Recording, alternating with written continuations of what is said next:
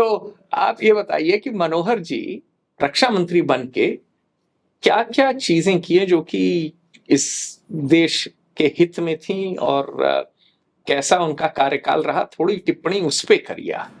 परसों मतलब जस्ट एक महीने पहले I was in Delhi for a meeting. One of my friend is into a defence manufacturing company और एक ग्रुप कैप्टन रिटायर्ड से मिल रहे थे. तो उसने out of curiosity asked him कि sir is Tejas really a good machine. तो ही सेड तेजस तो बहुत अच्छी मशीन है, Tejas is the best thing that has happened. और the group captain had no clue कि मैं पर्रिकर जी को जानता था नहीं जानता, बिकॉज़ उनको कुछ पता नहीं था. तो आपको तेल नहीं लगा रहा था. तो कहते हैं कि अगर आज तेजस उड़ रहा है तो उसका श्रेय एक आदमी को जाता है, वो मनोहर पर्रिकर को. अब बताइए क्यों. तो जो मेरा इंटरेक्शन पर्रिकर जी के साथ हुआ था, तो उन्होंने कहा था कि he had to hold 17 meetings between Indian navy, between HAL, between DRDO, जिनके पास पार्ट ऑफ द टेक्नोलॉजी थी. तो सबको कन्विंस करने में, जैसे एक नेवी का बहुत बड़ा इशू था कि whether the weight aircraft carrier पे टिक सकेगा. So then he went into that. So उन्होंने 17 मीटिंग्स करे एज रक्षा मंत्री. और एक एक चीज पे हम आएंगे, बट मैं सिर्फ एक लोगों को याद दिलाना चाहता हूं कि he was defence minister for hardly 2.5 years. सिर्फ 2.5 साल. कब से कब तक याद दिलाइए उनको. नवंबर 2014 एंड देन वो बाद में around March 2017 he went back to Goa as chief minister again. और तो उनका ये था कि where क्या कहते वो ओनली 2.5 साल में तो बहुत सारे प्रॉब्लम्स आते थे. जैसे तेजस ऑलमोस्ट शेल्फ होने के रास्ते पे था. he said नहीं, I will not allow it to happen, I will do it myself. तो और क्यों उन्होंने शेल्फ नहीं होने दिया. नहीं, क्योंकि रीजनिंग बताइए, वो बड़ी अहम है. करेक्ट. तो उन्होंने एक तो उनका मानना था कि अगर तेजस के मल्टीपल प्रोडक्शन लाइंस बनते हैं तो imagine the boost it will do to the Indian defence ecosystem. बिल्कुल. एक तो आपके वेंडर्स बनेंगे, प्लस आपके प्रोडक्शन लाइन, और दूसरा जो हमारा जो करंट एग्जिस्टिंग ये था, जो हमारे एयरक्राफ्ट हैं, दे आर गेटिंग ऑब्सोलीट. और उन्होंने हमेशा मतलब ही टोल्ड मी वन थिंग कि the first thing he did after he realised what it is, he called on the prime minister and said I want to make a presentation. जब prime minister को presentation दिया, even he was worried कि क्या है and why has nobody acted. तो he said sir कि the only problem is कि जैसे AK एंटनी के टाइम पे not taking a decision was the best decision he took. तो सारे चीज मतलब कांग्रेस का जो हम कहते हैं ना कि वो 2004 से 2014 was a decade of decay. Decade of decay, मेरे ख्याल से वो that is absolutely true. ढलती मुगलिया सल्तनत थी. नहीं, और बट जो आपको करना था ऑगस्टा वेस्टलैंड का तो हुआ, जो बाद में जिसमें पर्रिकर जी का पार्लियामेंट कैंसिल किया. और उनका एक बहुत बड़ा अच्छा ये था कि बहती गंगा में बहुत लोगों ने हाथ धोए हैं, वो गंगा कहाँ बह रही है वो हमें देखना है. एंड ही सेड कि उन्होंने मतलब सी हिज पॉलिटिकल विट.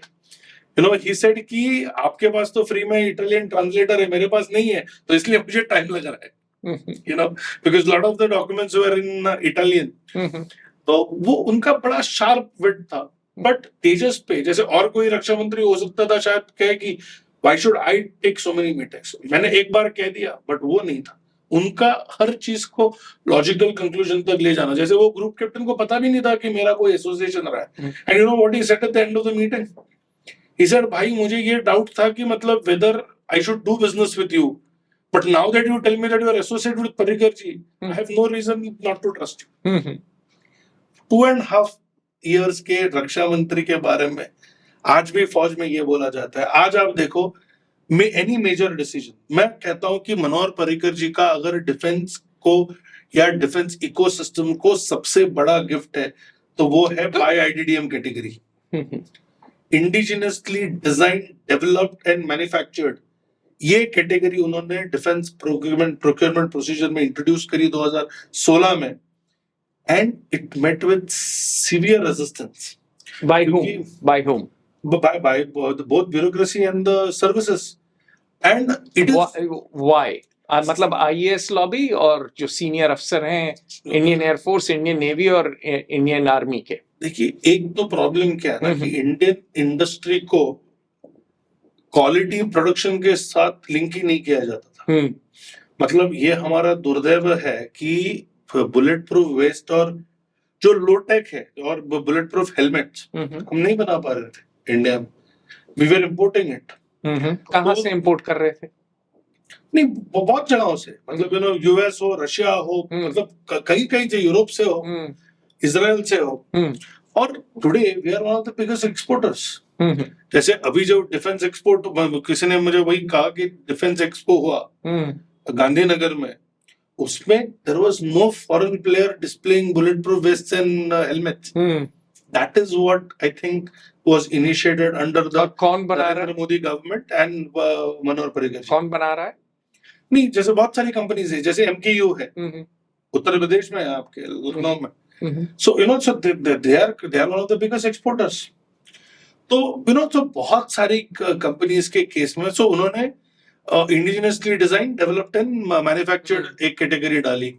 दूसरा उन्होंने करा कि बहुत सारे जगहों पे, जैसे अभी जो एटैक्स गन्स हैं जो भारत फोर्ज और टाटा पावर SCD DRDO के साथ बना रहा है, अब उसमें भी उनको रेंजेस नहीं मिलते थे, एम्यूनिशन नहीं मिलती थी।